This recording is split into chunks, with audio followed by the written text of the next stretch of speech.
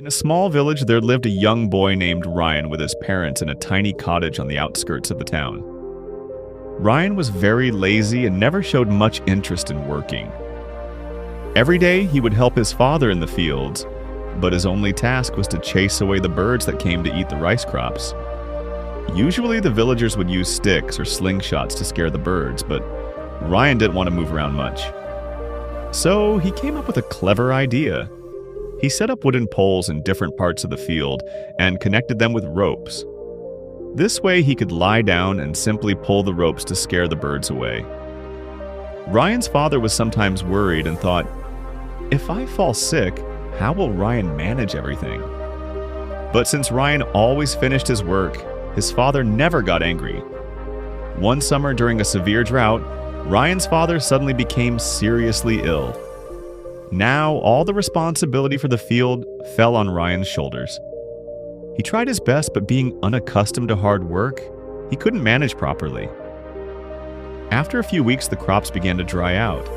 Saddened, Ryan sat under the open sky that night and thought, "Why did I waste my time being lazy? Now, all hope for my family is lost." The next morning, a soldier arrived in the village announcing a grand competition at the royal palace. The winner would receive a chest of gold. Ryan thought to himself, "If I win this competition, I can save my family." Without much thought, he announced his participation. The villagers laughed and said, "How can such a lazy boy win against strong competitors?"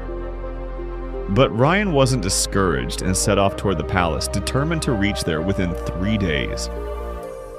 The first round was to cross a vast lake.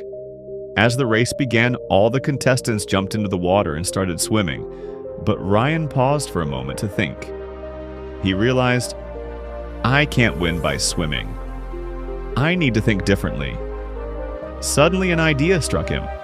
He quickly gathered dry branches from a nearby forest and built a small raft. Using a wooden stick as a paddle, he slowly but steadily crossed the lake. While other contestants became exhausted from swimming, Ryan calmly paddled past them. Eventually, he finished third and qualified for the next round. The next day, the final challenge began. Each contestant was given a massive wooden block and had to push it for 1 kilometer. The others picked up ropes and levers and started pulling and pushing their blocks with all their might. But Ryan stood back and thought carefully, "I can't win with strength alone. I need to use my brain." He picked up a small knife and began carving the block into a round shape. An hour later, the block had turned into a large wooden ball.